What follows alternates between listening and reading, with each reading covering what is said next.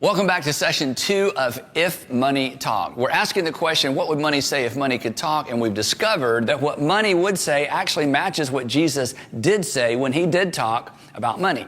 Now, if you'll remember in session 1, I asked you, what would you do or what do you do with your spare money, your extra money? And then I went about proving to you that you actually have spare money, or you had it anyway. Because all of our money is accounted for, right? We either spend it, or we're about to spend it, or we're paying off what we spent it on a long time ago, or maybe we're saving it for a vacation or a rainy day or retirement. And I used a word to describe this destructive cycle, and the word was, well, you'll remember, greed.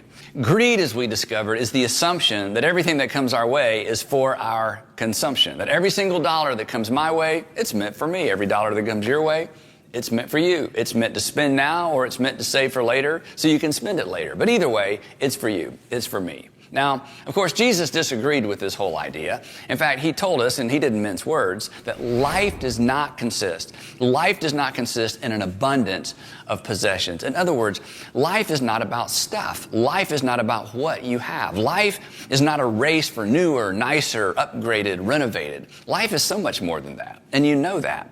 And your money, Jesus said, is just a tool. In fact, if money could talk, it would remind us, I can add meaning to your life, but I am not the meaning of your life.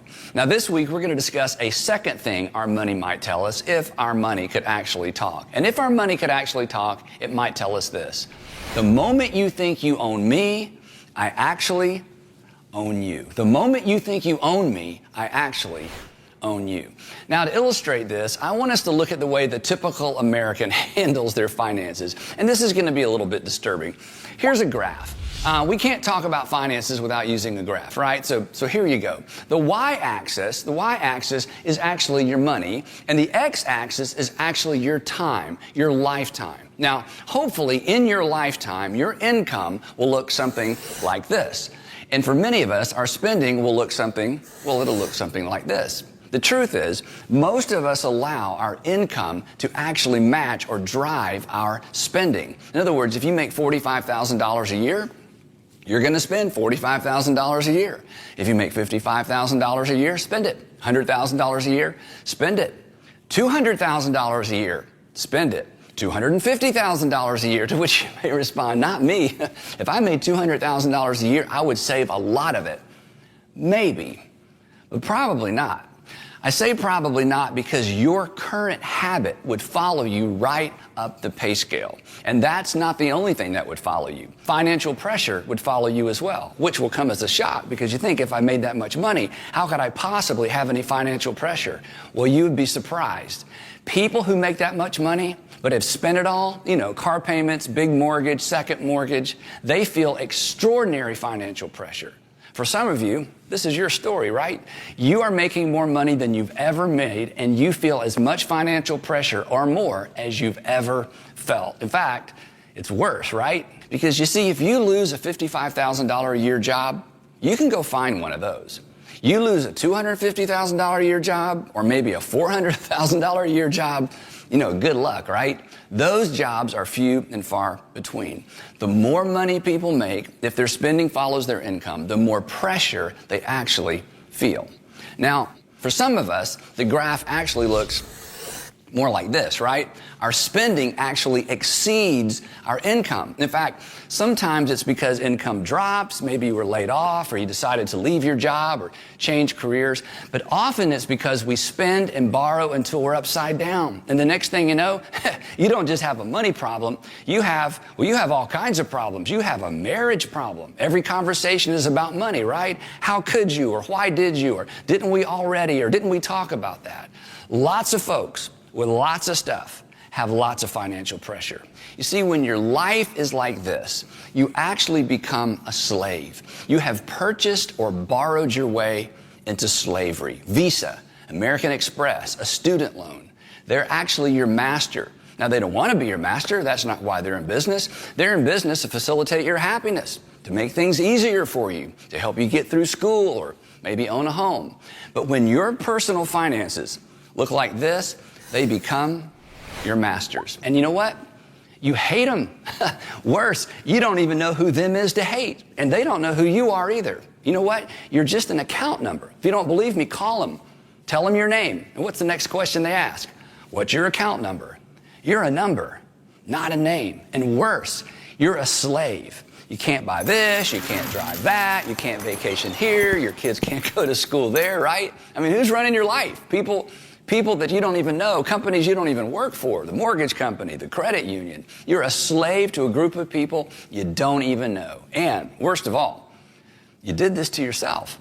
It's why money would say, if our money could talk, it's why our money would warn us, the moment you think you own me, the moment you think you get to do whatever you want to with me, I actually own you. Now, luckily, Jesus addresses this, and spoiler alert, according to Jesus, we don't actually own our money. It's not actually ours, but we think it is, and of course we do. I mean, why wouldn't we? Think about the words we use. You earned it. You made it. You put in the hours. Your name is on the paycheck. It was deposited into your account. So, of course, we think we own this stuff, to which our money and our stuff might reply, hey, but I'll still be here when you're gone. This is how we know we're not owners. We leave it all behind. We don't own it. We just manage it. And we only manage it for a little while. Which begs the question, manage it for who? And Jesus answered that question for us in a parable. Now, it's a parable that you might have heard before. And so try not to allow your mind to rush to the end. But here's a parable Jesus taught that really lays the foundation for where we're going in this session. Here's what he said. He said, again, it will be like a man going on a journey who called his servants and he entrusted his wealth to them. Now, in a parable, there's always a God figure, and then there's always an us figure. Somebody in the parable represents the folks in Jesus' audience, and somebody in the parable represents God the Father. And if you read this parable, if you read the whole parable in context, it becomes very clear that the wealthy man, the one who's going on a journey and entrusts his wealth to his servants, he represents God. And the servants to whom the wealth is entrusted, well, that's me, and that's you. He continues, again, it will be like a man who goes on a journey, who calls his servants to him, and he entrusted his wealth to them. Now notice, he doesn't give them his wealth. This wasn't a loan. He just let them manage his money for him for a little while he was gone. And what percentage of the money did the servants own? Well, 0%. What percentage did the master own? All of it. It was all his. And this is important. In fact, this is actually the point of the parable. Jesus continues. To one he gave, you may remember this, 5 bags of gold. To another he gave 2 bags of gold. And to another he gave 1 bag, each according to his ability. And then he, the master, left to go on his journey. So essentially the master gets his guys together. He hands each of them a portion of his wealth. And he says, while I'm gone, I expect you to do with my wealth what I would do with my wealth. I want you to manage it the way you think I would manage it. And when I return, you'll have an opportunity to report on how you did. Now, if you know this parable, you know what happens next. When he returns, he discovers that they all didn't manage his money the same way, right? 2 of these 3 guys, they did really well. In fact, they doubled their master's money. One of them doesn't do quite so well. He buries it. Jesus continues. After a long time, the master of those servants returned and he settled accounts with them. And this is where the point of the parable becomes oh so clear. The servants didn't get to keep the money they'd been managing. They didn't get to keep the extra money they'd made on their master's money. It all went back to the master. Why? Because 100% of it belonged to the master and 0% belonged to the servants. They were managers. They weren't owners. And when we read this parable, there's a tendency to get all caught up in the unfairness. I mean, one guy got 5, another guy got 2, one only had 1. In fact, some of you are kind of stuck there right now, right? You look around the world, you look around your community, you look at your friends, and you think it's just not fair. I work just as hard as he does. I work just as hard as she does. His salary's twice as big as mine. I mean, if I had that much money, if I had that opportunity. But Jesus says, no, that's not the point.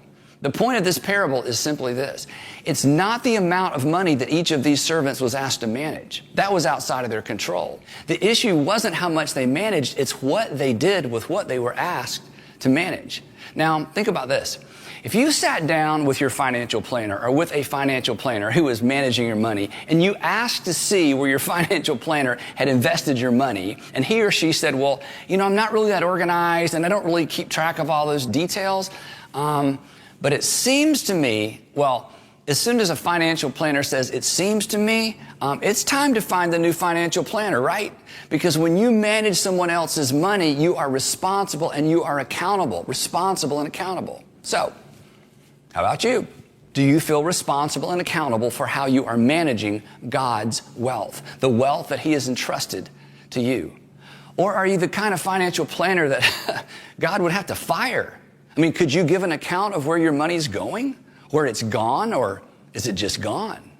If all of this, it seems a bit overwhelming, no worries. We've got a couple more weeks to talk about it. And this week, we're going to do something super specific to help you focus on this principle. We're going to spy on our money together. That's right. We are all going to spy on our money, and we're not going to establish a budget. We're just going to keep track of where we typically send it and spend it.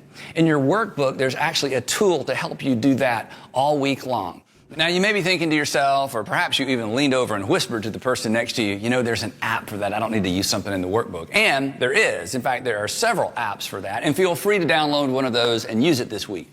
But you may be thinking something else. You may be thinking, Andy, I don't need to do this. All of this shows up on my Amex bill. I don't need to track it. It basically tracks itself. But that's not the point of this week's exercise. Knowing you can know is not the same as knowing, right? The fact that you have access to how much you've spent in different areas is different than sitting down and looking categorically at how much you've spent and where you spent it. So this week, I want you to look. I want you to keep track. I want you to spy on your money.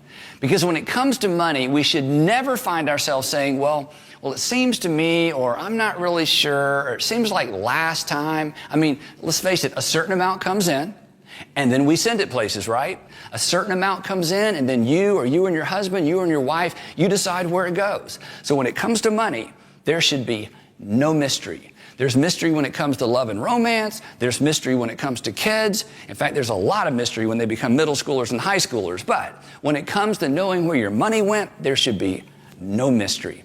And this is true whether you have a little or a lot. Remember the parable. How much money each servant was managing was irrelevant. What mattered was what they did with what they were asked to manage. Jesus could not have been clearer.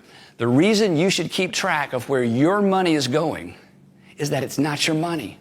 You're a manager, not an owner. So you should be knowing where all your master's money is going.